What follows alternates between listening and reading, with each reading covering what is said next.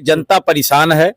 जनता एकदम भाजपा से त्रस्त हो चुकी है और समाजवादी पार्टी को पुनः यहाँ गठबंधन की सरकार बनने का पूरी उम्मीद लगाए बैठी। झूठ बोल रही है, हमेशा झूठ पे उसकी राजनीति है। 15 लाख झूठ बोला, किसानों को एमएफसी आज तक नहीं दिया। अब इलेक्शन आ गया, अब वो हंगामा कर रहे हैं, तो अब तो मान लेना चाहिए, लेकिन वो नहीं, वो तो झूठ की पार्टी है। भाजपा झूठी पार्टी है। किस प्रदेश से पूरा करेगी, इसलिए इंडिया गठबंधन की सरकार बनेगी दिल्ली में, और हो सकता है राहुल गांधी प्राइम मिनिस्टर बने। राहुल गांधी प्राइम मिनिस्टर बने जी। लहर दूसरी थी, इनकी लहर नहीं है। अरे राम लहर, इस बार राम मंदिर बन करके तैयार है, धारा 370 हटा दी गई है। ये राम की बात कर रहे हैं। जनता राम की बात नहीं कर। राम एक पुरुषोत्तम थे। उनको एक भगवान साफ दिखाई दे रही है कि जनता परेशान है। जनता एकदम भाजपा से त्रस्त हो चुकी है और समाजवादी पार्टी को पुनः यहाँ गठबंधन की सरकार बनने का पूरी उम्मीद लगाए बैठी हुई है। अब की बार क्लियर कर देंगे। क्या नाम है आपका? मोहम्मद शाहिद।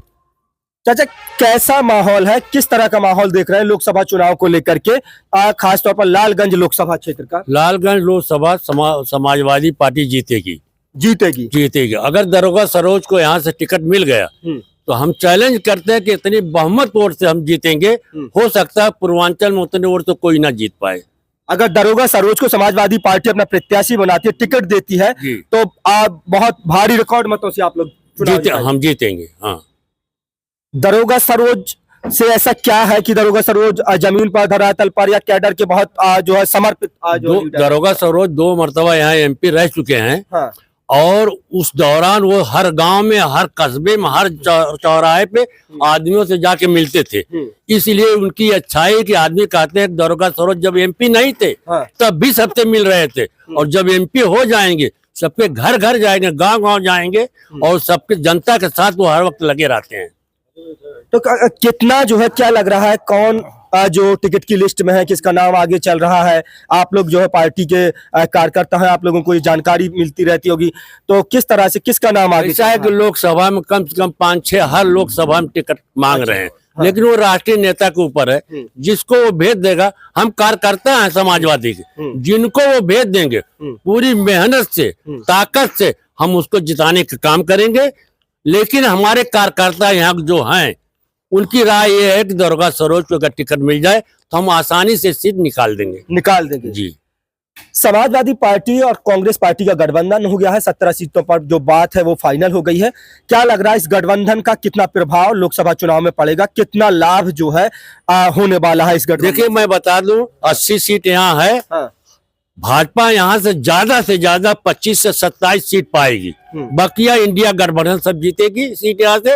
यही नहीं, पूरे हिंदुस्तान में कोई राज्य ऐसा नहीं है जहां से भाजपा जितनी सीट थी उससे डाउन ना हो। कोई बता नहीं सकता।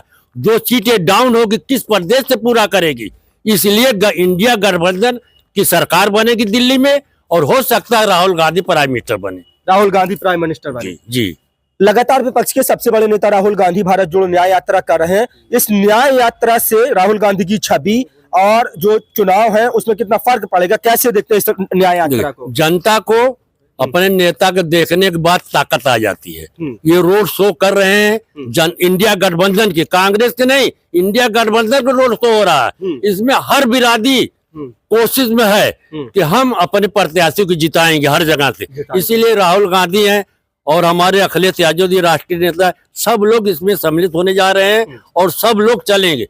इतना रोड जाम हो जाएगा कि लोग तमाशा देखेंगे। क्या नाम है आपका? मैं राजाराम यादव, पूर्व प्रधान। राजाराम जी, किस तरह का माहौल है लोकसभा चुनाव को लेकर के, कैसे देख रहे हैं, क्या तस्वीर दिखाई दे रही है लोकसभा चुनाव? तस्वीर एकदम साफ दिखाई दे रही है कि जनता परेशान है। जनता एकदम भाजपा से त्रस्त हो चुकी है और समाजवादी पार्टी को पुनः यहाँ गठबंधन की सरकार बनने का पूरी उम्मीद लगाए बैठी हुई है। अब की बार क्लियर कर देगी जनता कि यहाँ झूठा और सही का रास्ता साफ हो जाएगा।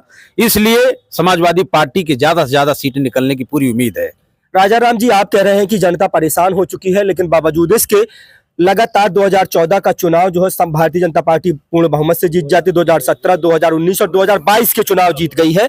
और आप कह रहे हैं कि जनता परेशान है। अगर जनता परेशान है तो काहे जो है चुनाव जीतती जा रही है भाजपा? भाई जनता परेशान है, वो ईवीएम का जो सवाल चल रहा है। हाँ। ईवीएम अगर ना हो, अभी बैलेट पेपर पे चुनाव करा दे सीधा, और लाठी डंडे का जो प्रयोग शासन प्रशासन से करवाते हैं ये छोड़ दे, सीधा क्लियर हो जाएगा। कह रहे जहां जहां विपक्ष चुनाव जीत जाता है आप लोग ईवीएम पर दोष नहीं मढ़ते हैं, और जहां विपक्ष चुनाव हार जाता है तो उसके बाद आप लोग ईवीएम ले आते हैं और ईवीएम का रोना रोने लगते हैं। भाई ईवीएम का जो सही है, अभी सुप्रीम कोर्ट में आप देख लीजिए, सुप्रीम कोर्ट जो हमारी सबसे सर्वोच्च न्यायालय है, जो न्यायालय में जो इंसाफ मिलता है, और इस इंसाफ ने कह दिया कि ईवीएम की ही द्वारा आज हो रहा है, ये गड़बड़ियां पैदा हो रही है। तो बताइए, जो सर्वोच्च न्यायालय हम लोग को न्याय दिलाता, आज वो खड़ा कर दिया, वो वकीलों ने आवाज उठा दिया। इसलिए सीधा अभी ईवीएम को हटा दें, मतदान करा दें। वो देखिए गठबंधन का कितना फायदा होगा? गठबंधन का पूरा बहुत अच्छा फायदा होने जा रहा है, और खुशी का माहौल हो गया है एकदम, कि हमारी जो इधर उधर वोट भटकते थे वो भी वोट अब साथ हो गए हैं। राहुल गांधी की न्याय यात्रा से कितना फर्क पड़ेगा? बहुत फर्क पड़ेगा, क्योंकि नौजवान है वो, हमारे राष्ट्रीय अध्यक्ष माननीय अखिलेश यादव जी और राहुल जी, और हमारे बिहार के तेजस्वी उप मुख्यमंत्री जी भी है साथ में। बहुत ज्यादा फर्क पड़ने जा रहा है, और ये भाजपा को एकदम हटाने का एकदम पूरा प्लान है। जनता एकदम चिल्ला रही है, और की बार भाजपा हटेगी। भाजपा हटेगी। क्या नाम है आपका? मेरा इसरार अहमद नाम है। इसरार जी, समाजवादी पार्टी की तरफ से नारा दिया जा रहा है 80 हराओ और भाजपा भगाओ, इस तरह का नारा जो है चल रहा है, और वहीं भारतीय जनता पार्टी नारा दे रही है कि अब की बार 400 पार। तो कैसे देख रहे हैं आप? देखिए, ये राजनीतिक जुमला है। किसी के कहने से कोई खुदा तो नहीं है, कोई भगवान तो नहीं है कि जिसने कह दिया उतना पा गया। ये भाजपा की जो बात आप कर रहे हैं वो सबको पता है कि हमारे देश के प्रधानमंत्री से लेके उनके जितने वर्कर हैं सब फेक वाले हैं। अगर इतना फेंकेंगे नहीं तो कहाँ से लोग यकीन करेंगे? प्रधानमंत्री झूठ बोलते हैं। भाई 400 कैसे हो जाएगा पार? 400 कैसे पार हो जाएगा? आज तक होगा 543 सीटें, 413 सीटें तो एक बार कांग्रेस को मिली है ना। जब इंदिरा जी का निधन हुआ, 85 में चुनाव हुआ, राजीव गांधी थे, लेकिन वो लहर दूसरी थी, इनकी लहर नहीं है। अरे राम लहर, इस बार राम मंदिर बन करके तैयार है, धारा 370 हटा दी गई है। ये राम की बात कर रहे हैं। हाँ। जनता राम की बात नहीं कर। राम एक पुरुषोत्तम थे। हाँ। उनको एक भगवान मानते, एक आस्था है लोगों को। तो भाजपा वाले लाए हैं ना उनको, 500 सालों तक मुकदमे लड़ते रहे। भाजपा कह रही है हम तो राम को भाजपा वाले लाएंगे।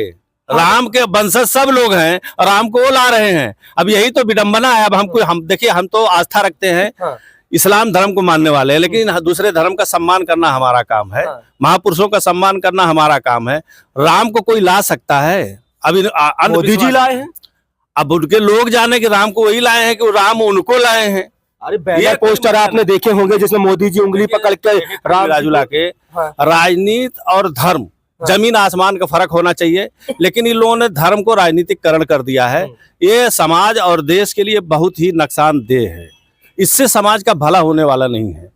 समाज का भला होगा, युवा को रोजगार मिल रहा है कि नहीं, हमारा देश तरक्की कर रहा है कि नहीं, हमारे देश के लोग सुरक्षित हैं कि नहीं, हमारे देश की सीमाएं सुरक्षित हैं कि नहीं, इस पे हमको बहस करनी चाहिए। विदेशों में डंका बज रहा है, देश तरक्की कर रहा है। आप कह रहे हैं कि देश तरक्की कर रहा है कि नहीं? वो तो कह रहे हैं विदेशों में डंका बज रहा है, विश्व गुरु बन गया है। कौन बोला है? कौन बोला है? मोदी जी बोलते हैं। अच्छा बताए, हमारे देश की जनसंख्या कितनी है? हमारे देश की जनसंख्या जो है लगभग 1 अरब 40 करोड़ 50 करोड़। हमारे देश में कितने लोग गल्ला पा रहे हैं? 80 करोड़ परिवारों। 84 करोड़ पा रहे हैं। 60% लोग गरीब है, तो फिर डंका कहाँ से बज रहा है? अब जोड़ लो 140 करोड़ में। गरीबी को धीरे धीरे बता दो ना। 84 करोड़ लोग गल्ला पा रहे हैं, तो गरीबी रेखा के नीचे वाले न पा रहे हैं, तो फिर हमारा देश तरक्की कहाँ किया? ये सब बेकार की फालतू बातें हैं। हमारा देश गरीब ये लोग बना के रखते हैं, जबकि हमारा देश गरीब नहीं है, ये लोग बना के रख रहे हैं। उन लोगों को गल्ला दे रहे हैं जो उस लायक नहीं है। हम ये उसके नीचे रखना चाहते हैं कि विदेश में हम दूसरी जगह से मदद लाएं। हमारा देश इतना मजबूत है कि दूसरे को मदद कर सकता है। देखिए, दुर्भाग्य है कि हमारे देश में ऐसे ऐसे लोग होकर राजनीति कर रहे हैं। ये तो कोई दैविक आपदा है जो हमारे देश को चला रही है, अन्यथा जिस तरीके से हमारे देश को नोचने का काम किया जा रहा है, हमारा देश बहुत पीछे चला जाता। मैं गठबंधन पर एक सवाल लूंगा। आपने गठबंधन का जो प्रयोग है वो 2017 में किया, कांग्रेस पार्टी के साथ विधानसभा के चुनाव में गठबंधन किया, 115 सीटें दी। उसके बाद आपका गठबंधन का फॉर्मूला फेल हो गया। 2019 में आपने गठबंधन करके देखा, बसपा के साथ गठबंधन किया, बसपा 0 से 10 पर पहुंच गई, आपका गठबंधन फेल साबित हुआ। अब 2024 के चुनाव में जो है आपका गठबंधन है, 2022 में भी आपने तमाम छोटे दलों से गठबंधन करके देखा, लेकिन वो फॉर्मूला भी फेल हो गया। अब 2024 में आप फिर से कांग्रेस पार्टी के साथ गठबंधन जो है किए हैं, क्या गारंटी है कि ये जो गठबंधन है वो पास हो जाए? देखिए, हिंदुस्तान का सबसे बड़ा सूबा है उत्तर प्रदेश और सबसे ज्यादा यहाँ सीटें हैं और यहाँ की सीट ही निर्णायक होती है, देश का प्रधानमंत्री बनाने में इनका योगदान होता है। और जो आप 22 की बात कर रहे हैं, 22 में जब 80 से 90 सीट ऐसी थी समाजवादी पार्टी की, 250 से 2500 तक हारी है। अगर कांग्रेस का जो वोट प्रतिशत है वो जुट के हमारे अगर विधानसभा जिताने का, हर विधानसभा में जीत जाएगा तो हमारा सांसद जीत जाएगा। हमारा सांसद जब जीतेगा तो हमारा गठबंधन सफल होगा। गठबंधन इसीलिए होता है कि एक से भले दो, दोनों लोग मिलके हम लोग थोड़ा मजबूत हो जाएंगे। तो मजबूती दोनों लोगों के आने से हुई है और इसको पीडीए बहुत दिल से स्वीकार किया है। अति पिछड़ा जो है इसको दिल से स्वीकार किया है। अब तक जो गुमराहियत में था वोट, जिसको धर्म का प्याला पिया के झूठे वादे करके वो करे थे, वो समझ गए कि हमारा देश का नौजवान पढ़ लिख के बेरोजगार घूम रहा है। जब लोग रोजी रोटी से नहीं जुटेगा तो फिर हमारे घर का, परिवार का नहीं आगे बढ़ सकती है, न देश आगे बढ़ सकता है। और लोग कहते हैं अपराध कंट्रोल कब होगा? अपराध कंट्रोल तब होगा जब इस देश का युवा जो है रोजी रोटी से जुटेगा। बेरोजगार रहेगा तो अपराध बढ़ेगा। लालगंज से किसके लोकसभा टिकट होने की जो है संभावना है? कार्यकर्ता क्या चाहते हैं? कार्यकर्ताओं के मन में क्या है? आज लेकिन नहीं, आजमगढ़ शहर सदर और लालगंज दोनों सीटें समाजवादी में हैं। लेकिन अगर चुनाव जो है अपना जनता का मुताबिक प्रत्याशी मिलता है तो चुनाव में आसानी होती है। पूरे लालगंज लोकसभा में एक ही नाम गुजरा है, उनका नाम है दरोगा प्रसाद सरोज। दरोगा प्रसाद सरोज पाएंगे तो चुनाव बिना मेहनत का जीता जा सकता है, अन्यथा कोई आएगा तो उसके लिए मेहनत करना पड़ेगा। दरोगा प्रसाद सरोज अगर टिकट पाते हैं, समाजवादी पार्टी उन्हें अपना जो है कैंडिडेट बनाती है, तो जो है बड़े अंतर से चुनाव, बहुत अंतर से बिना मेहनत का चुनाव जीता जाएगा, बिना मेहनत चुनाव जीता जाएगा। और मैं आपके माध्यम से अपने राष्ट्रीय अध्यक्ष जी से निवेदन करूंगा कि हमको वह सीट दीजिए जो जनता जिता सके। वह प्रत्याशी दीजिए जिसको जनता जिताने में संकोच न करे, क्योंकि आप ऐसे प्रत्याशी देंगे जो जीत के जाएंगे तो आपकी संख्या बढ़ेगी।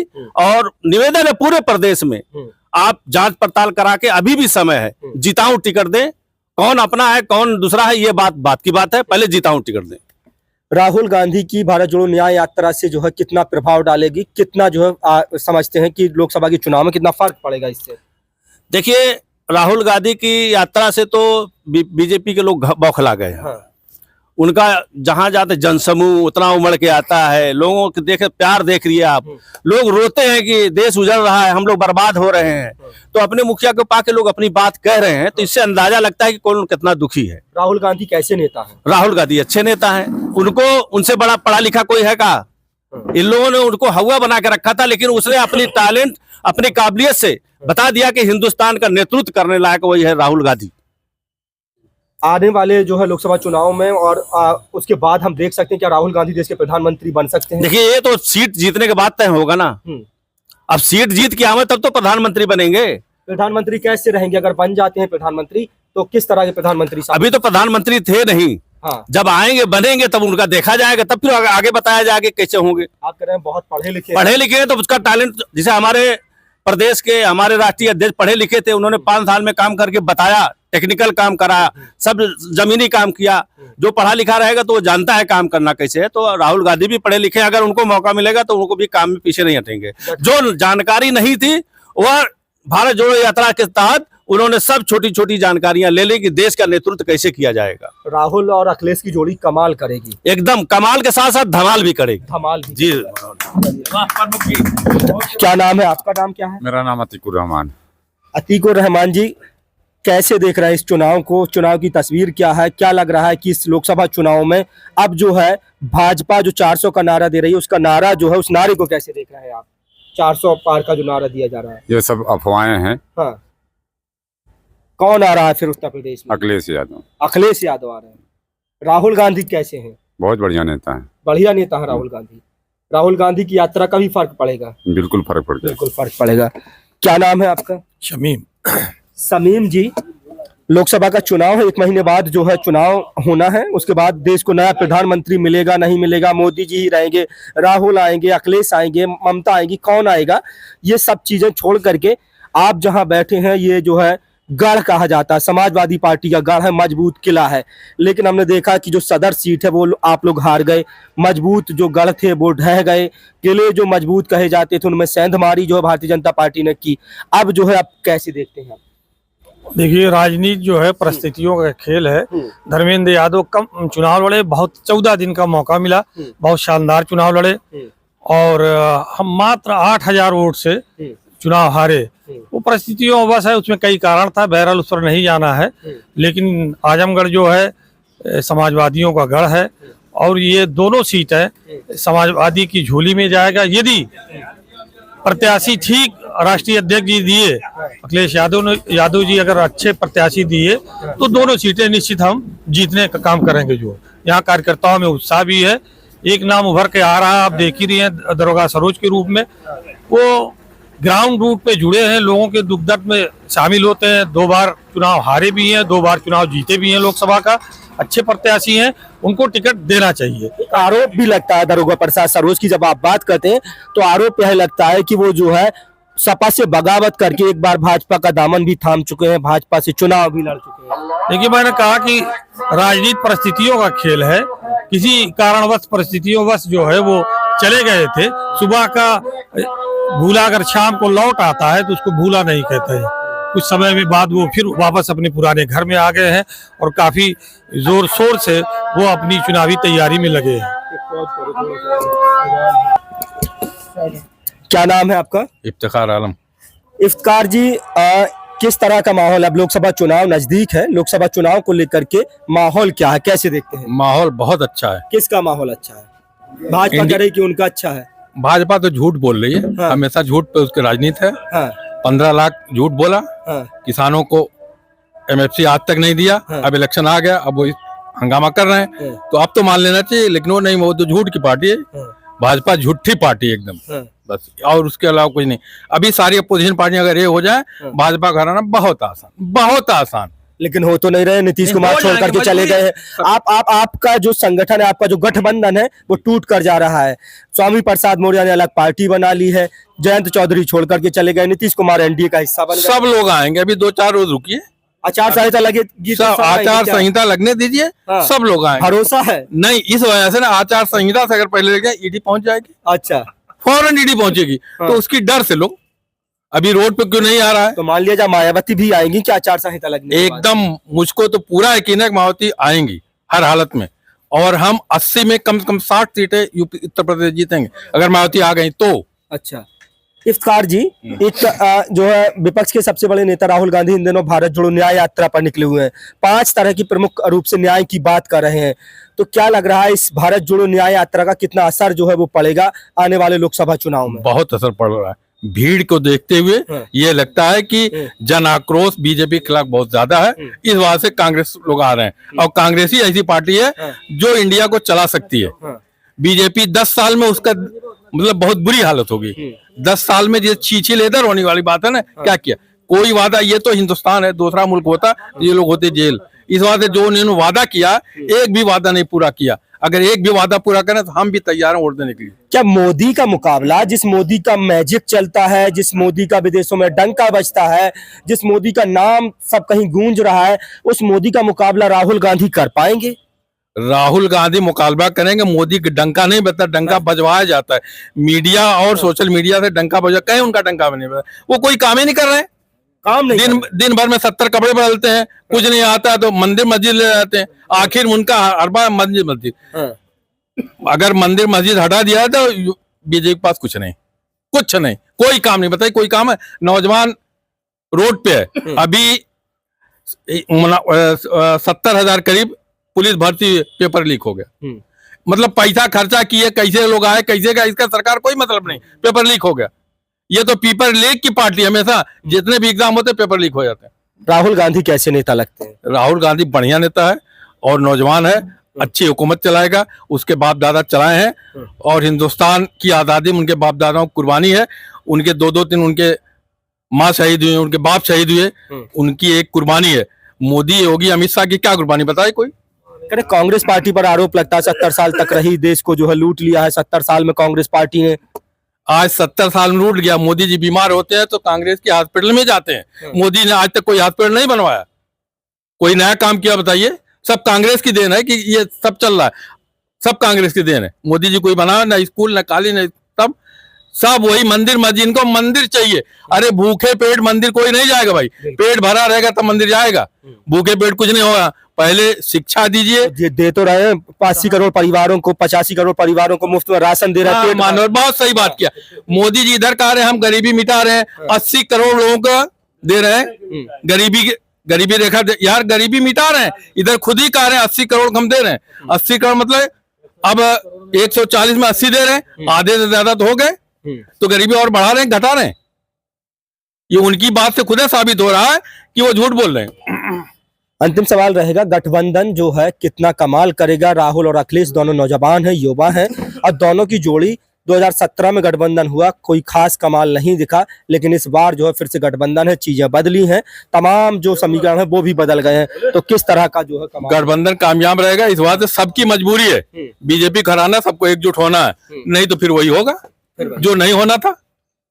गठबंधन सबकी मजबूरी है।